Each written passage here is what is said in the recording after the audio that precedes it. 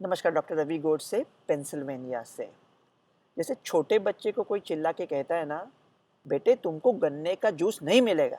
ऐसा लोग मुझे चिल्ला चिल्ला के कह रहे हैं कि फाइजर और मॉडर्ना के mRNA वैक्सीन के लिए भारत के पास अल्ट्रा कोल्ड चेन नहीं है, तो ये नहीं चलेगा। ये बड़ी गलत और बड़ी भ्रामक बात है। भाई साहब, अमेरिका के पास भी अल्ट्रा कोल्ड चेन नहीं है, लेकिन वो क्या कर रहे हैं देखते हैं। दिसंबर 11 को शाम को 5-6 बजे ये अनुमति दे दी उनको कि वैक्सीन अभी को ग्रीन लाइट मिल गया। क्या उसके बाद वो लोग बैठे लुंगी को लुंगी लगा के अब हम फैसला करेंगे? नहीं, वो फैसला 3 महीने पहले ही कर चुके थे। क्या है था वो फैसला? डीप फ्रीज तो नहीं है, तो उसके लिए क्या किया उन्होंने? यूपीएस और फेडेक्स, ये दो एक दूसरे से इतनी नफरत करते हैं कि हमारे पुराने काउबॉयज मूवी में शायद वो घोड़े पे जाके एक दूसरे पे बंदूक चलाते थे, लेकिन अभी उन्होंने हाथ में हाथ डाल के फैसला किया है कि काम करेंगे। 1,70,000 नए कर्मचारियों को वो लेंगे। कब लेंगे? ले चुके महीनों पहले, उनका तनख्वाह सब चालू हो गया। वो लोग रेडी है अभी वो वैक्सीन डिस्ट्रीब्यूट करने को।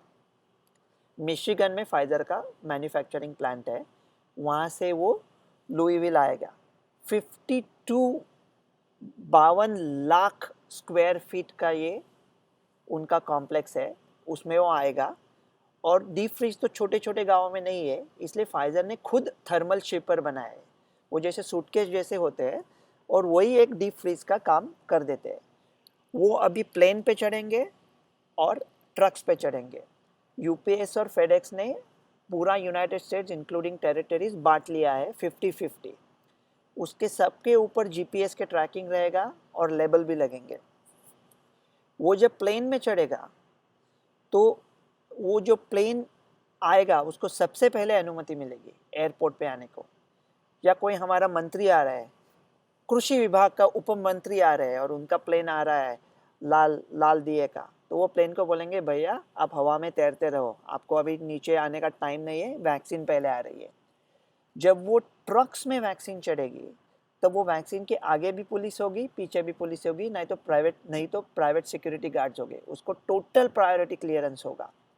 कुछ कुछ अमेरिका के एयरपोर्ट पर ये मौसम में शायद हिमवर्षा बर्फ गिर सकती है।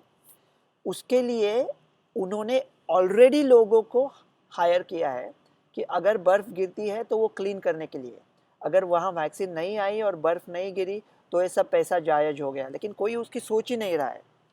ये जब निकलेंगे तो जो डिफरेंट कम्युनिटीज़ में पहुँचेंगे। ये थर्मल शिपर है फाइज़र का। उसमें पहले हम कहते थे कि 975 डोज रह सकते हैं, अभी हम लोग कह रहे हैं 5,000 तक डोज भी रह सकते हैं। वो दिन में सिर्फ 2 बार खोल सकते हैं और 60 सेकंड्स के ऊपर नहीं खोल सकते।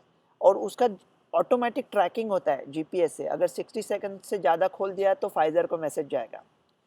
तो लोगों को ऊपर भरोसा करना जरूरी है। ऐसा नहीं है कि जग्गू भैया ने खोल के देख लिया ब्रीफकेस, क्या है भैया अंदर, कुछ तकलीफ तो नहीं है ना? नहीं देखना है। दिन में सिर्फ 2 बार खोल सकते हैं। ये जो थर्मल शिपर है वो शायद किसी देहात में चला गया, झुमरी तलैया चला गया, वो झुमरी तलैया में 30 दिन तक रह सकता है।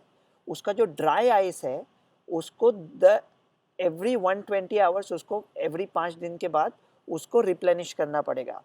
तो ड्राई आइस अमेरिका में काफ़ी बन रहा है, लेकिन अमेरिका यूपीएस क्या कह रहा है कि छोड़ो, हम भरोसा नहीं करेंगे। अभी यूपीएस के जो अमेरिकन फैसिलिटीज़ है वो खुद हर घंटे को 500 किलो ड्राई आइस बना सकते हैं, और वो ड्राई आइस हर 5 दिन बाद डाल के 1 महीने तक वो थर्मल शिपर इंटैक्ट रख सकते थे। ये इन्होंने 3-4 महीने सब पहले काम किया था, सब रेडी है।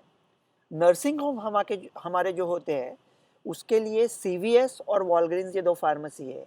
ये तो एक दूसरे को इतना नीचे देखते हैं, बात ही नहीं कर सकते। लेकिन अभी वो लोग भी हाथ में हाथ डाल के साथ में खड़े हैं। उन्होंने सीवीएस ने 40,000 फैसिलिटीज़ ले लिए हैं और वॉलग्रीन्स ने 35,000। उनका 24 घंटा खुला रहेगा। वो जो डायरेक्टली ट्रैकिंग लेवल उनके पास ही आएगा। उनके पास आने के बाद वो खुद नर्सिंग होम जाएंगे। उनका हर एक कर्मचारी अपने खुद की गाड़ी में जाएगा। उसको पुलिस एस्कॉर्ट होगा कि नहीं पता नहीं। 75 मील से ज़्यादा, मतलब मानो एक 100 किलोमीटर से 110 किलोमीटर से दूर तक और कोई नहीं जाएगा। 110 किलोमीटर जाने को अमेरिका में 60-70 मिनट लगते हैं ज़्यादा से ज़्यादा, लेकिन फिर भी उससे ज़्यादा कोई नहीं जाएगा। वो नर्सिंग होम में लोग जो कर्मचारी है वो एक रूम में बैठेंगे, पेशेंट को उनके रूम में जाके दे देंगे। ये सब रेडी है। अभी हवा में देख लिया, अभी पिट्सबर्ग के तो प्लेन उड़ रहे हैं सब जगह पे, हमारे यहाँ भी आ चुके हैं ऑलरेडी। तो ऐसा जो थर्मल शिपर का डिस्ट्रीब्यूशन उन्होंने करके दिखाया है, वो हम लोग भारत में भी ला सकते हैं। हम लोग ये बोल के उसको खारिज नहीं करेंगे कि मॉडर्ना और फाइजर इंडिया में चलेगा ही नहीं। भारत में उसको चल के दिखाएंगे। और मैं ये किसी कंपनी का एजेंट नहीं हूँ या कोई दलाल नहीं हूँ, या उनसे मुझे कोई पैसा नहीं मिलता, लेकिन मैं कह रहा हूँ ये सब हम इंडिया आउटसोर्स भी कर सकते हैं। देखो 1 करोड़ डोज ले लिए और 1 करोड़ के डोज के साथ कहेंगे कि आप उसका डिस्ट्रीब्यूशन भी हमको भेज दो, वो थर्मल शिपर्स भी भेज दो, आप ड्राई आइस भी भेज दो, हम लोग ड्राई आइस खुद बना सकते हैं। तो ऐसा नहीं है कि दूसरों को काम देंगे, कि ये काम ठीक तरह से हो और ये महामारी से बच जाए। उर्दू कविता के साथ उसका अंत कर देते हैं कि देखो, अगर हमने ऐसा सोचा कि हम हारने वाले हैं तो हार ही जाएंगे, वहीं जगह पे खड़े रहेंगे। तन्हाई हमारी साथी है, लेकिन इसका मतलब नहीं है कि तन्हा रहे। अब देशों के कतार में आ जाए और एक दूसरों को, जैसा हम लोग ट्रेन में वगैरह मेट्रो में घुसते हैं, वैसा जाके वो वैक्सीन ले ले। हम के मगलूबे गुमा थे पहले, फिर वही है कि जहाँ थे पहले। दिल से जैसे कांटा निकल गया, अश्क आंखों से रवा थे पहले। ख्वाहिशें झुर्रिया बन के उभरी, जख्म सीने में निहा थे पहले। दोष पे सर है या जमी हुई है बर्फ, हम की शोलों की जुबां थे पहले। अब तो हर नया सितम है तस्लीम, हाथ से दिल पे गरां थे पहले।